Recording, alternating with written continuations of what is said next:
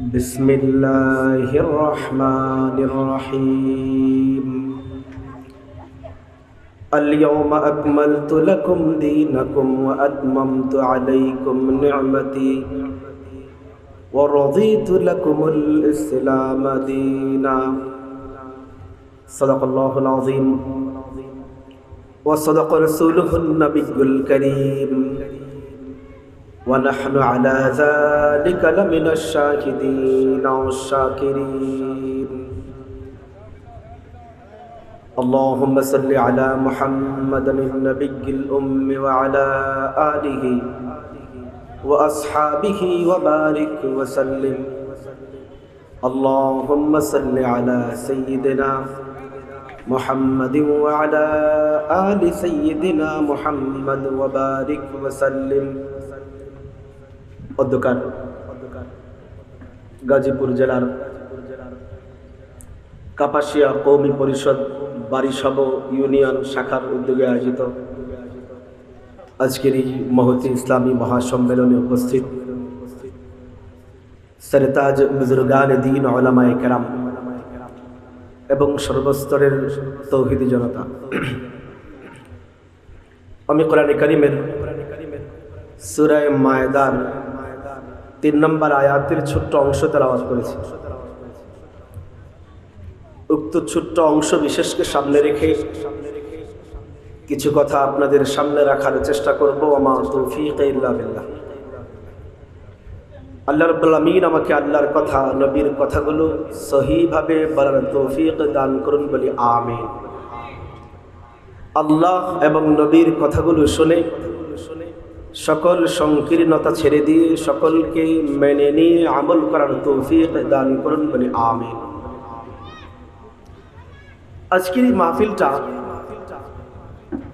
এই অঞ্চলের উলামায়ে কেরামের উদ্যোগে আয়োজিত। উলামায়ে কেরামের অনেক জিম্মাদারি আছে।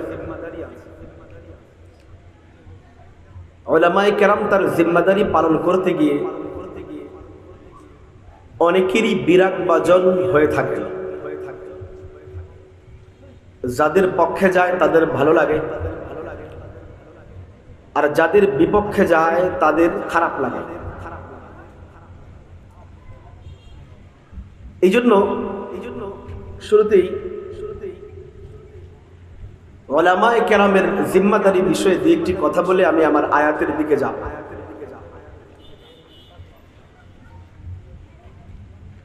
একটি প্রসিদ্ধ কিতাব আছে, কিতাবের নাম আল ফকিহ ওয়াল মুতাফাক্কিহ। কিতাবের লেখক ইমাম খতিব বাগদাদি রাহমাতুল্লাহ। তিনি তার এই কিতাবের মাঝে হযরত আব্দুল্লাহ বিন মাসউদ রাদিয়াল্লাহু তাআলা আনহু থেকে সনদ সহকারে একটি ঘটনা বর্ণনা করেছেন। খতিব বাগদাদি বলেন, আব্দুল্লাহ ইবনে আব্বাস রাদিয়াল্লাহু তাআলা আনহু থেকে বর্ণিত যে একবার ইবলিস তার চেলা চামুন্ডা শয়তানদেরকে নিয়ে মিটিংয়ে বসেছে। ইবলিসকে চিনেন তো আপনারা? ইবলিসকে চিনেন না? ইবলিসের নাম শোনেন নাই কখনো? ছোট শয়তান না বড় শয়তান?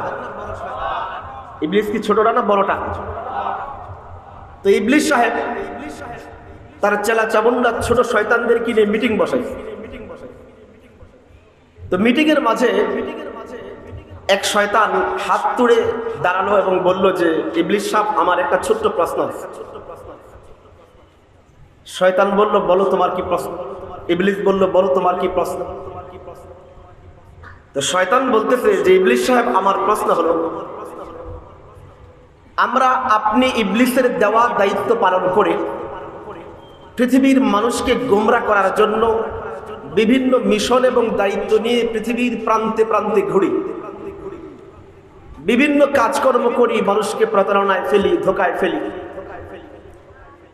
এগুলো করতে গিয়ে যেহেতু পৃথিবীর প্রান্তে প্রান্তে ঘুরি, তো এসে আপনাকে যখন কারগুজারি শোনাই, কারগুজারি শোনাইতে গিয়া মাঝে মাঝে আপনাকে বলি যে অমুক এলাকার একজন বড় আল্লাহর ওলি মারা গেছে, একজন বড় পীর সাহেব মারা গেছে, অনেক বড় একজন আল্লাহর বুজুর্গ মারা গেছে। তা আল্লাহর ওলি বুজুর্গ মারা যাওয়ার সংবাদ যখন আপনার কাছে দেই, তো আপনি ইবলিসকে খুব একটা খুশি হইতে দেখি না, বেশি একটা খুশি না। কিন্তু আমরা যখনই আপনার কাছে এই সংবাদ দেই যে অমুক এলাকা অমুক রাষ্ট্রের একজন বিজ্ঞ কোরআন হাদিস বিশেষজ্ঞ আলেম মারা গেছে, বিজ্ঞ আলেম মারা গেছে, এই সংবাদ আপনার কাছে দেওয়ার সাথে সাথে আপনি ইবলিস খুশি হয়ে যান, নাচতে শুরু করেন, লাফাইতে থাকেন, আনন্দ উল্লাসে মত্ত হয়ে যান। কারণটা কি? বাহ্যিকভাবে যিনি আল্লাহওয়ালা হয়, বুজুর্গ হয়, তিনি তসবিহ বেশি পড়ে, জিকির বেশি করে, তাহাজ্জুদ বেশি পড়ে, তেলাওয়াত বেশি করে। তুলনামূলক আলেম ওলামারা কিতাব নিয়ে মগ্ন থাকার কারণে বেশি জিকির করতে পারে না, তাহাজ্জুদ বেশি পড়তে পারে না। তো আমাদের শয়তানদের দায়িত্ব হলো মানুষকে আমল থেকে দূরে রাখা। তো আল্লাহর ওলি মারা যাওয়া মানে আমল কমে যাওয়া। তো আল্লাহর ওলি মারা গেলে বেশি খুশি হওয়ার কথা, কিন্তু আপনি আল্লাহর ওলি মারা গেলে খুশি হন না, কিন্তু আলেম মারা গেলে এত খুশি হন কেন? শয়তানের প্রশ্ন কি বুঝছেন আপনারা? ঠান্ডা মাথায় বুঝুন। এবার ইবলিস বলে যে এই প্রশ্নের উত্তর যদি আমি মুখে মুখে বলি তাহলে উত্তর তোমার বুঝে আসবে না। এই প্রশ্নের উত্তর আমি তোমাকে মুখে মুখে বলবো না, কাজে কর্মে তোমার চোখ দিয়া দেখাবো। এবার ইবলিস বলে চল একটু গাছতে বের হই, গাছতে বের হবো, একটু ঘুরতে বের। তো ইবলিস তার ওই চেলা চামুন্ডাকে নিয়ে রাস্তায় বের হলো, ঘুরতে বেরিয়েছে। ঘুরতে ঘুরতে এক জায়গায় গেছে, গিয়ে দেখে এক আল্লাহর ওলি নফল নামাজ পড়তেছে। নফল নামাজ, আল্লাহর ওলির নামাজ শেষ হবার পরে ইবলিস মানুষের সুরতে গিয়ে আল্লাহর ওলিকে বলল যে আল্লাহর ওলি, আমার একটা ছোট্ট প্রশ্ন আছে। আল্লাহর ওলি বললেন, বলো তোমার কি প্রশ্ন? ওই ইবলিস বলতেছে, আমার প্রশ্ন হলো আল্লাহ তাআলা কি এই বিশাল পৃথিবীটা, এই সুবিশাল পৃথিবীটাকে আল্লাহ তাআলা একটা ছোট্ট ডিমের ভিতরে কি ঢুকাইতে পারবেন? ইবলিসের প্রশ্ন কি বুঝছেন আপনারা? ইবলিসের সাধারণ প্রশ্ন না ইবলিসি প্রশ্ন? কি প্রশ্ন? ইবলিসি প্রশ্ন। যে পুরো পৃথিবীটা একটা ছোট্ট ডিমের ভিতরে আল্লাহ কি ঢুকাইতে পারবেন? আল্লাহর ওলি সিনায় ইলম ছিল না, কোরআনের ইলম ছিল না, হাদিসের ইলম ছিল না। না থাকার কারণে কিছুক্ষণ চুপ করে থাইকা কয়, না না এইটা তো সম্ভব না। এটা কি না? এটা সম্ভব? ইবলিস কিছু বলে নাই, চুপচাপ সেই মজলিস থেকে বাহিরে আসছে।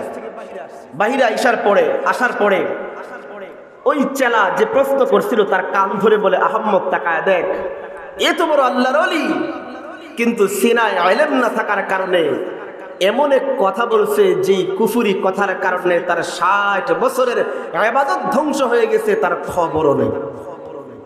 তার খবর বুঝেন? এবার ইবলিস বলে চল।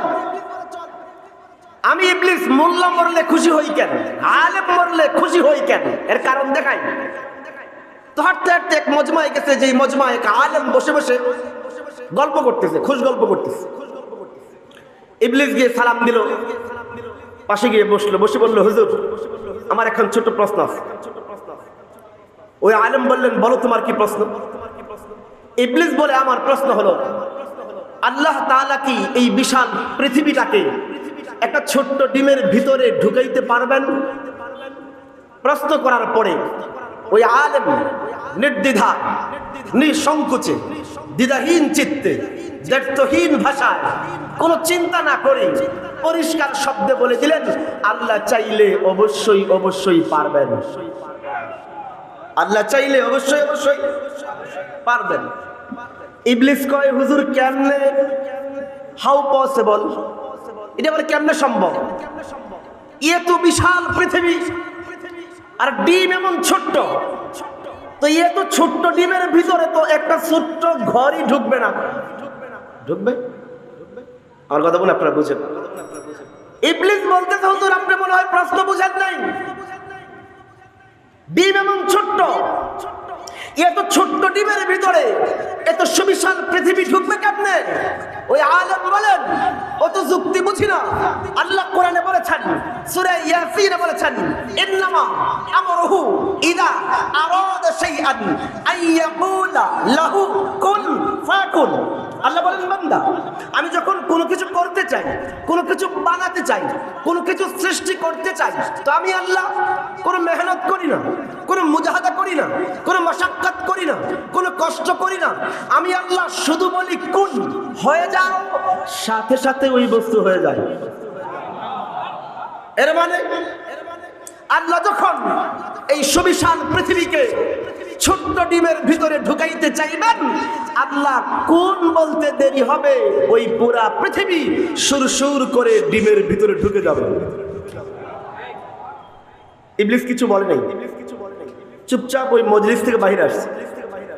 বাহিরে আইসা ওই যে শয়তান প্রশ্ন করছিল, দুই কান ধরছে, দুই কান ধরে মোচড় দিয়ে কয় আহাম্মক তাকায় দেখ, আমি ইবলিস দীর্ঘ গবেষণা করে এমন এক প্রশ্ন বানাইছি, যেই প্রশ্নের উত্তর খুঁজতে গিয়ে কত মুমিন যে নাস্তিক হয়েছে, কত ইমানদার যে বেঈমান হয়েছে, কত মুসলমান যে কাফের হয়েছে, তার কোনো ইয়ত্তা নাই। কিন্তু আমার এই প্রশ্নগুলো যখন এই সকল মোল্লা মৌলবী, এই আলেম ওলামাদের কাছে যায়, তখন এই আলেমরা কোরআন খুলে খুলে, হাদিস খুলে খুলে আমার এই প্রশ্নের জবাব বের করে নিজের ঈমানটাও বাঁচায়, উম্মতের ঈমানও বাঁচায়। এরা ইবলিসের এই প্রতারণামূলক প্রশ্নের জবাব বের করে আলেমরা শুধু নিজের ঈমান বাঁচায় না, উম্মতের ঈমানও বাঁচায়। বলেন বলেন বলেন, শুধু নিজের ঈমান বাঁচায় না, উম্মতের ঈমানও বাঁচায়। বলেন বলেন, কার ঈমান বাঁচায়? নিজেরটাও বাঁচায়, উম্মতের ঈমানও। ইবলিস বলে শোনো, যে দুই আলেম ওলামারা যতদিন জিন্দা থাকে ততদিন আমি ইবলিসের মিশন বাস্তবায়িত হয় না। তারা কোরআন পড়ে, হাদিস পড়ে, জবাব বের করে নিজের ঈমানও বাঁচায়, উম্মতের ঈমানও বাঁচায়। এই জন্য আমি ইবলিস বুজুর্গ মরলে খুশি হই না, আলেম মরলেই তাকদিনা দিন নাছে। এর মানে কি বোঝা গেল? ইবলিস আলেম বিপদে পড়লে খুশি হয়, বুঝাইতে পারে। ইবলিস আলেম বিপদে পড়লে কি হয়? বেজার হয় না খুশি হয়? কোন কোন বেজার হয় না খুশি হয়? এরকম লোক কোনো এলাকায় নাই। আলেম বিপদে পড়লে খুশি হয়?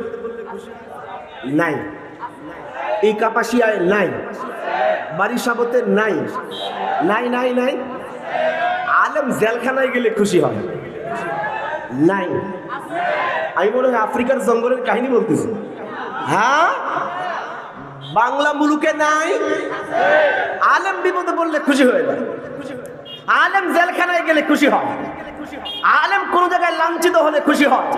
আমি আল্লাহর কসম করে বলি, যেই দুপে জন্তু মানুষ আলেম বিপদে পড়লে খুশি হয়, বুঝে যাইবেন এই ব্যক্তি মানুষ রূপী ইবলিস।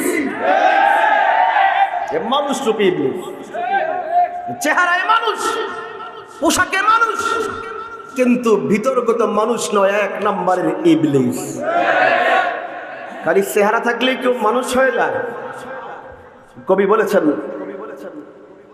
আদমিয়ত লহমে সাহমে পুশতে রিস, গর্ব सूरत आदमी इंसाबुदे, गर्व सूरत आदमी इंसाबुदे, अहमद अबू जहले हम एक साबुदे।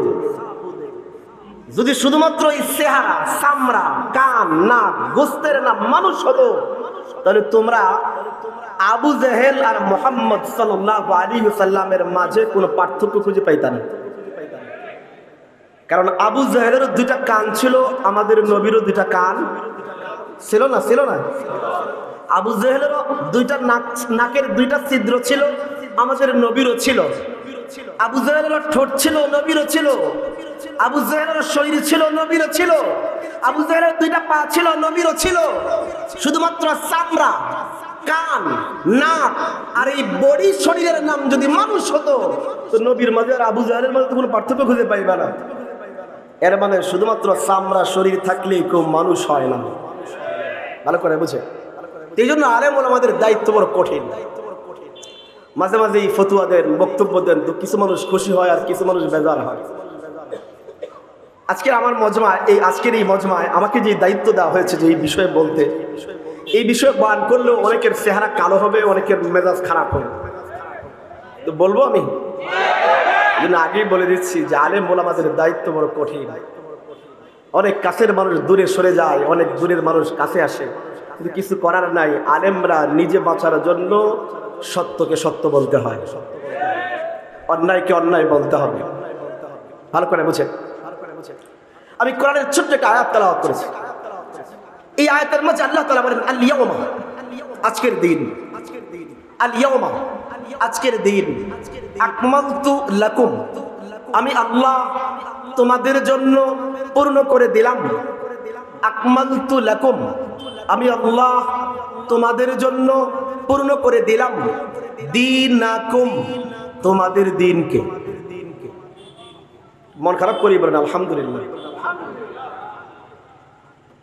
কেউ যদি আপনাকে বলে দৈনন্দিন জীবনে চলতে গিয়ে আপনার যত কিছু দরকার আমি আপনাকে সব কিছু পরিপূর্ণ করে দিলাম, আপনি কি বলবেন?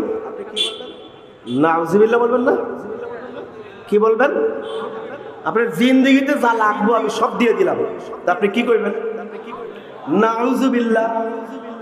কি বলবেন? এটা কি দুঃসংবাদ না সুসংবাদ? কি সংবাদ?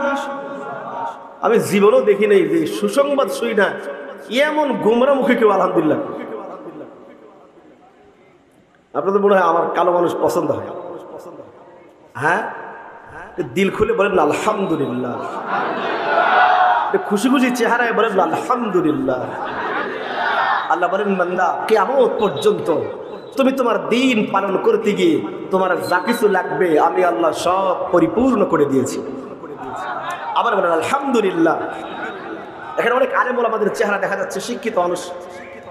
আমি আমার মূল বয়ানে যাওয়ার আগে আমি দুটো জিনিস আগে শিখাই দেখি আপনারা আমার বয়ান বুঝবেন কি বুঝবেন এটা আগে টেস্ট নিয়ে নেই। আগে দুটো শব্দ মুখস্থ করেন আমার সাথে, বলেন কামেল। গোনা হবে না, গোনা হবে না, বলেন কামেল।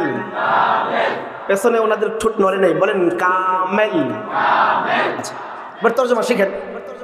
কামেল মানে হলো পূর্ণাঙ্গ। বলেন কামেল মানে কি? বুঝেননি? পূর্ণাঙ্গ বুঝেন তো? কামেল মানে। এবার 2 নম্বর শব্দ শিখেন, বলেন নাকিস। গোনা হবে না ভাই, বলেন না নাকিস। সারা দিন দিকে তো ওয়াজ শুনছেন, আজকে নিয়ত করেন ওয়াজ শুনি আর না শুনি আজকে দিন শিখবো। বলেন কি শিখবো? দিন শিখলে গোনা হয় না? ফেরেশতা মাইটার দেয় না তো? তো বলেন কি শিখবো? তো বলেন নাকিস। এবার তর্জমা শিখেন। নাকিস মানে অপূর্ণাঙ্গ। নাকিস মানে, আচ্ছা এবার পরীক্ষা দিতে হবে, পরীক্ষা দিয়ে পাস করতে হবে, ওটু পাস করা যাবে না, ঠিক আছে? আচ্ছা বলেন তো আল্লাহ তাআলা আমাদের নবীকে কামেল দিন দিয়েছেন না নাকিস? মাশাআল্লাহ। কি দিন দিয়েছেন? নাকিস না কামেল? এই কামেল দিন নবীকে দিয়েছেন, আগের কোন নবীকে দেন নাই। না না, বাবা আদম আলাইহিস সালামকে আল্লাহ বলেন নাই হে নবী আদম তোমার মাধ্যমে আমি দিন কামেল করেছি? না না, বলেন নাই। দিন পূর্ণাঙ্গ করে দেবার সুসংবাদ আল্লাহ নূহ আলাইহিস সালামকেও দেন নাই। হযরত মূসা, হযরত ঈসা, হযরত আইয়ুব, হযরত জাকারিয়া, হযরত সুলাইমান, হযরত শীশ, হযরত শুআইব, হযরত লূত, না না, হযরত আইয়ুব, হযরত আইয়ুব, হযরত জাকারিয়া, হযরত মূসা, হযরত ঈসা, হযরত ইব্রাহিম, হযরত ইসমাঈল, হযরত ইসহাক, হযরত দানিয়াল, হযরত ইউশা বিন নুন, না না, বাবা আদম থেকে ঈসা পর্যন্ত 999 জন কমবেশ নবী আল্লাহ পাঠিয়েছেন, রাসূল আল্লাহ পাঠিয়েছেন, পয়গম্বর আল্লাহ পাঠিয়েছেন, কিন্তু কোন নবীকে আল্লাহ সুসংবাদ দেন নাই যে আমি তোমার মাধ্যমে আমি আল্লাহর দ্বীনকে পূর্ণাঙ্গ করেছি।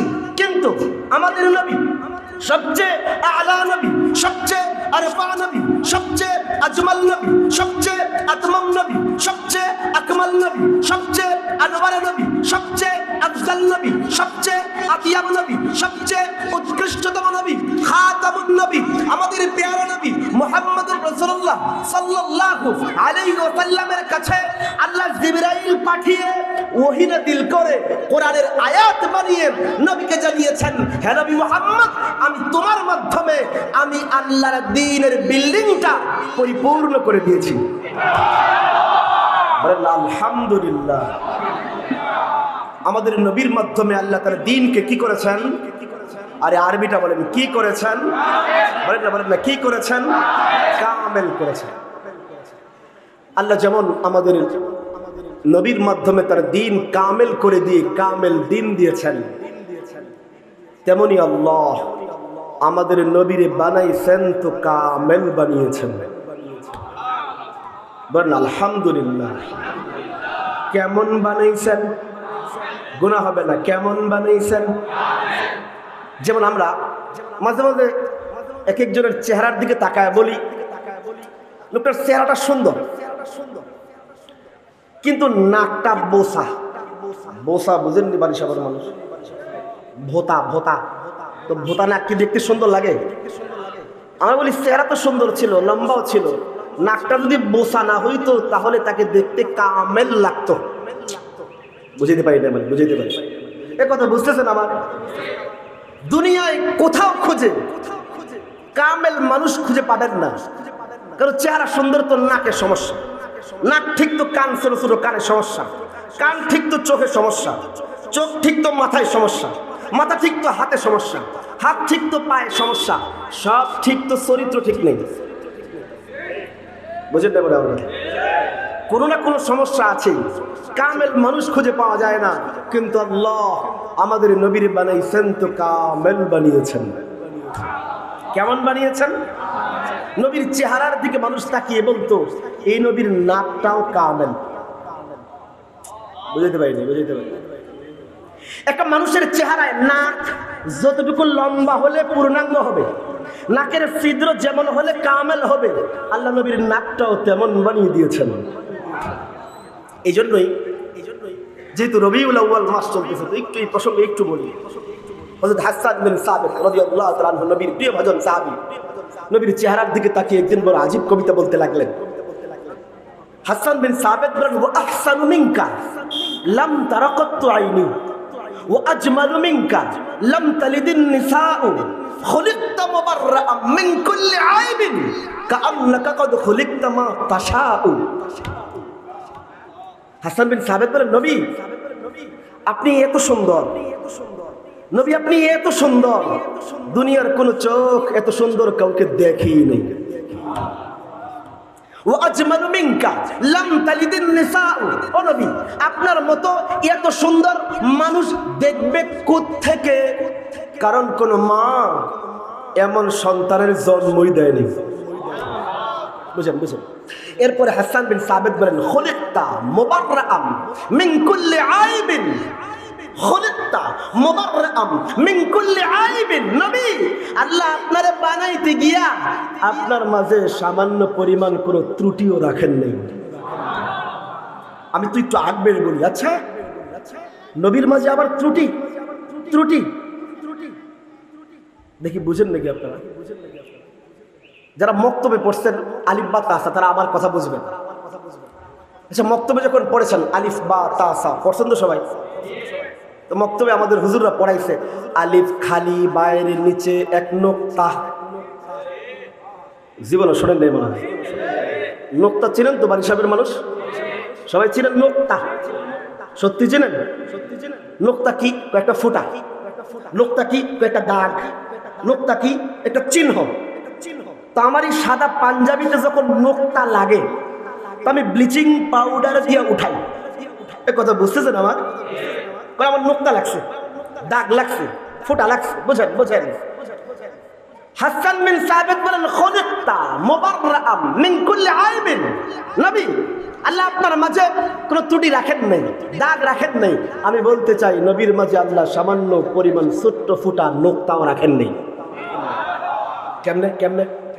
নবীর নাম মুহাম্মদ, নবীর নাম আহমদ। আল্লাহু আকবার। মুহাম্মদ মিম উপরে নোক্তা নেই, মিম নিচেও নোক্তা নেই, হা উপরে নোক্তা নেই, হা নিচেও নোক্তা নেই, আবার মিম উপরে নোক্তা নেই, মিম নিচেও নোক্তা নেই, এরপরে দাল উপরে নোক্তা নেই, দাল নিচেও নোক্তা নেই। নবীর নাম আহমদ, আলিফ হা মিম দাল, আলিফ উপরে নোক্তা নেই, নিচেও নোক্তা নেই, হা উপরে নোক্তা নেই, হা নিচেও নোক্তা নেই, মিম উপরে নোক্তা নেই, মিম নিচেও নোক্তা নেই, দাল উপরে নোক্তা নেই, দাল নিচেও নোক্তা নেই। আল্লাহ, আলিফ লাম লাম হা, 4 অক্ষর, উপরেও নোক্তা নেই, নিচেও নোক্তা নেই। খুলিকতা মুবাররাআম মিন কুল্লি আইবিন। নবী, আপনার মাঝে আল্লাহ কোনো ত্রুটি রাখেন নাই, নামের মাঝেও ছোট্ট দাগ ফোঁটা আসতে দেন নাই। যেমন নবীর পুরো জিন্দেগিতে কোনো দাগ নাই, কোনো ফোঁটা নাই, নোক্তা নাই, আল্লাহ নবীর নামটার মাঝে এমনকি পুরা কালিমার মাঝেও একটাও নোক্তা আসতে দেন নাই। নবীর পুরা কালিমায় কোনো নোক্তা নেই। এটা আবার অন্য প্রসঙ্গ হয়ে যাবে। নবীর পুরা কালিমায় কোনো নোক্তা নেই, কোনো দাগ নেই, কোনো ফোঁটা নেই। লা ইলাহা ইল্লাল্লাহ, কোনো নোক্তা নেই। মুহাম্মাদুর রাসূলুল্লাহ, কোনো নোক্তা নেই। হ্যাঁ হ্যাঁ, আগের সমস্ত নবীর কালিমার দ্বিতীয় অংশে নোক্তা আছে। আদম সফিউল্লাহ নোক্তাওয়ালা, নূহ নজিহুল্লাহ নোক্তাওয়ালা, ইব্রাহিম খলিলুল্লাহ নোক্তাওয়ালা, ইসমাঈল জবিহুল্লাহ নোক্তাওয়ালা, দাউদ খলিফাতুল্লাহ নোক্তাওয়ালা, ইউসুফ সিদ্দিকুল্লাহ নোক্তাওয়ালা, মুসা কালিমুল্লাহ নোক্তাওয়ালা, ঈসা রূহুল্লাহ নোক্তাওয়ালা। একমাত্র আমাদের কালিমার পুরা 12 অক্ষরের কালিমায়, 12 24 অক্ষরের কালিমায় একটাও নোক্তা নেই। খুলিকতা মুবাররাআম মিন কুল্লি আইবিন। নবী, আল্লাহ আপনারে বানাইছেন তো বানাইছেন, আপনার পুরা জিন্দগি তো কালিমার মাঝে কোথাও ছোট্ট দাগ আসতে দেননি। এর পরের অংশ আমি বুঝাইতে পারবো কিনা আল্লাহই জানে। হাসান বিন সাবিত পরে বলেন, কান্নাকা কদ খুলিকতা মা তাশাউ। এই মিসরা, এই পংক্তির অনুবাদের শব্দ ভান্ডার আমার কাছে নাই, আমি কেমনে বুঝাবো? খুলিকতা মুবাররাআম মিন কুল্লি আইবিন কাআন্নাকা কদ খুলিকতা মা তাশাউ। হাসান বিন সাবিত বলেন, নবী, আল্লাহ যেন আপনাকে বানাতে গিয়া আপনারে জিজ্ঞাসা কইরা কইরা আপনি যেমন চাইছেন আল্লাহ আপনারে তেমন বানিয়ে দিয়েছেন। আমি কেমনে বুঝাই, কেমনে বুঝাই? হাসান বিন সাবিত বলতেছেন, কাআন্নাকা কদ খুলিকতা মা তাশাউ। ও নবী, আল্লাহ যেন আপনারে বানাইতে গিয়া আপনারা যেন জিজ্ঞেস করেছেন, ও নবী মুহাম্মদ, তোমাকে বানাবো, তোমার নাকটা বানাবো, কানটা বানাবো, চোখটা বানাবো, ও নবী মুহাম্মদ, তোমার নাম সবার উপরে কিন্তু আসবো সবার শেষে। বুঝাইতে পারতেছি না, বুঝাইতে পারতেছি। নাম কি? বলেন বলেন, নাম? তুমি প্রধান অতিথি, তুমি প্রধান অতিথি। কথার কথা, আজকের মাহফিলে যদি আল্লামা আহমদ শফি নওয়ারুল্লাহ মারকাদা ওনাকে দাওয়াত দিতেন আপনারা, তাহলে নাম নিচে না উপরে? বলেন বলেন, নিচে না উপরে? বয়ান সবার আগে? হ্যাঁ হ্যাঁ হ্যাঁ হ্যাঁ, নাম নিচে না উপরে? কিন্তু বয়ান আর মন খারাপ করে আগে না শেষে? নাম তো উপরে, নাম তো উপরে। আল্লাহ যেন নবী মুহাম্মদকে বললেন, ও নবী মুহাম্মদ, তোমার নাম সবার উপরে। কুনতু নবিয়্যান ওয়া আদামু বাইনাল মাই ওয়াত তিন, কুনতু নবিয়্যান ওয়া আদামু বাইনাল মাই ওয়াত তিন। নবী বলেন, আমি নবী ছিলাম তখন যখন আদম পানি আর মাটির মাঝখানে ছিল। এর আগে আমি আল্লাহর খাতায় নবী হিসেবে লিপিবদ্ধ। আল্লাহ বলেন, নবী, তোমার নাম সবার উপরে, সবার উপরে, কিন্তু আসবো সবার শেষে, আসবো সবার শেষে। যেমন প্রধান অতিথি, প্রধান আলোচক, নাম তো উপরে, নাম তো উপরে, কিন্তু বয়ান সবার শেষে। তো উনি আসার আগে ছোট ছোট বক্তারা বয়ান করবে। কেন? মাহফিল জমানোর জন্য, মানুষকে বসানোর জন্য, মজমা সাজানোর জন্য, মজমা ঝাঁকজমক পূর্ণ করার জন্য। যখন মজমা বসে যাবে, মাহফিল সেজে যাবে, তখন প্রধান অতিথি আসবেন, তিনি বয়ান করবেন। আল্লাহ বললেন, হে নবী মুহাম্মদ, তুমি তো মতলুব, তুমি আসল, তুমি প্রধান, তুমি সবচেয়ে উত্তম, তুমি সবচেয়ে শ্রেষ্ঠ, তুমি সবচেয়ে আলা। আগের নবীরা শুধুই নবী, তুমি তো নবীদেরও নবী। আগের নবীরা শুধুই রাসূল, তুমি তো রাসূলদের ও রাসূল। আগের নবীদের জন্য শুধুই উম্মত, তোমার জন্য খায়র উম্মত। আগের নবীদের জন্য শুধুই জামাত, তোমার জন্য আফজাল জামাত। আগের নবীদের জন্য শুধুই সুপারিশ, তোমার জন্য সুপারিশে কোবরা। আগের নবীদের জন্য মেরাজ পরীক্ষা হিসেবে, তুমি নবীর মেরাজ হবে পুরস্কার হিসেবে। আগের নবীদের মেরাজ হবে দুনিয়া পর্যন্ত, তোমার মেরাজ হবে আরশে আজিম পর্যন্ত। তুমি তো সবচেয়ে উপরে, সবচেয়ে শ্রেষ্ঠ, সবচেয়ে আলা, কিন্তু আসবা সবার শেষে। তোমার আগে আদম আসবে, নূহ আসবে, দানিয়েল আসবে, মুসা আসবে, ঈসা আসবে, আইয়ুব আসবে, জাকারিয়া আসবে, সুলাইমান আসবে, শীশ আসবে, শুআয়ব আসবে, লূত আসবে, ইউসা বিন নুন আসবে, ইয়াকুব আসবে, ইসহাক আসবে, ইউসুফ নামে এমন নবীও আসবে যার চেহারা এত সুন্দর হবে, মহিলারা তো পাগল থাকবেই, পুরুষরা পর্যন্ত জানালার ফাঁক গলে গলে যে ইউসুফের সৌন্দর্য দেখতে থাকবে। এত সুন্দর নবী তোমার আগে আসবে। আগের সমস্ত নবীদের জামাল মানুষ দেখে ফেলবে, তাদের হাসান মানুষ দেখে ফেলবে, তাদের সৌন্দর্য মানুষ দেখে ফেলবে, তাদের জালওয়া মানুষ দেখে ফেলবে, তাদের হিকমত মানুষ দেখে ফেলবে, তাদের বয়ান তারা শুনে ফেলবে। তুমি সবার শেষে আসবা। যদি তুমি তাদের চেয়ে সুন্দর না হও, তুমি কেমনে আলা হইবা, কেমনে আরফা হইবা? আল্লাহ যেন নবীরে বললেন, হে নবী মুহাম্মদ, তোমার আগে তো ইউসুফ আসবে, মুসা আসবে, দানিয়াল আসবে, তারপরে তুমি আসবা, সবার শেষে আসবা। ও নবী মুহাম্মদ, বলো তো তোমার নাকটা কেমন বানাবো, কতটুকু লম্বা হবে, চোখগুলো কেমন হবে, তোমার ব্রু কি জোড়া লাগানো হবে না আলাদা আলাদা হবে? আল্লাহ যেন নবীরে জিজ্ঞেস করে করে নবী যেমন চেয়েছেন নবীরে তেমন বানিয়ে দিয়েছেন। নবী যেমন চেয়েছেন আল্লাহ নবীর তেমন বানিয়ে দিয়েছেন। এই জন্য আম্মাদান আয়েশা বলতেন, শোনো, লানা শামসুন, লানা শামসুন ওয়ালিল আফাক শামসুন, লানা শামসুন ওয়ালিল আফাক শামসুন, ওয়া শামসি খায়রুম মিন শামসিস সামাই, শামসুন নাসি তাতলাউ বা'দা ফাজরিন ওয়া শামসি তাতলাউ বা'দাল ইশাই।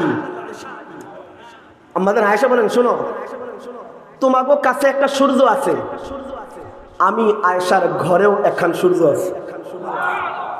তবে শোনো শোনো শোনো, ওয়া শামসি খায়রুম মিন শামসিস সামাই, তবে মনে রাখো তোমাদের ওই আসমানের সূর্যের চেয়ে আমি আয়েশার ঘরের সূর্যটা বেশি দামি এবং শ্রেষ্ঠ।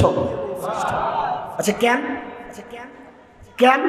উনি বলেন, শামসুন নাসি তাতলাউ বা'দা ফাজরিন, তোমাগো সূর্য, দুনিয়ার সূর্য, আসমানের সূর্য প্রত্যেক দিন ফজরের সময় পূর্ব দিক থেকে উঠে আবার সন্ধ্যাবেলা হারায় যায়, নাকি যায় না?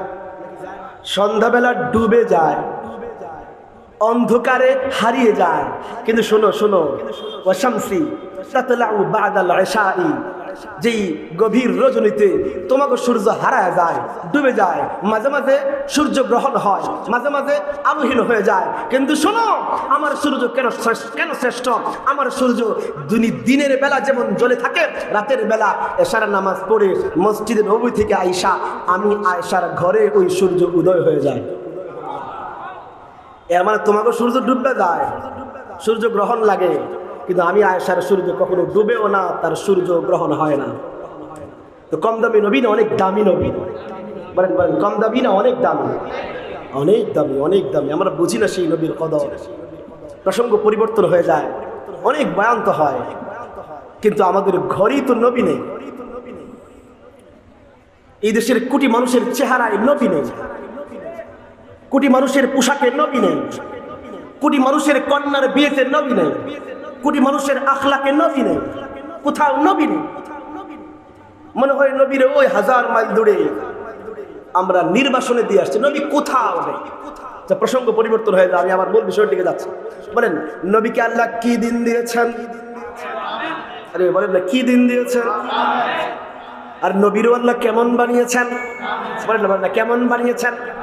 নবীর নাম তো কামেল, নবীর চোখ তো কামেল, নবীর কান তো কামেল, নবীর জবান তো কামেল, নবীর পা তো কামেল, নবীর মাথা তো কামেল।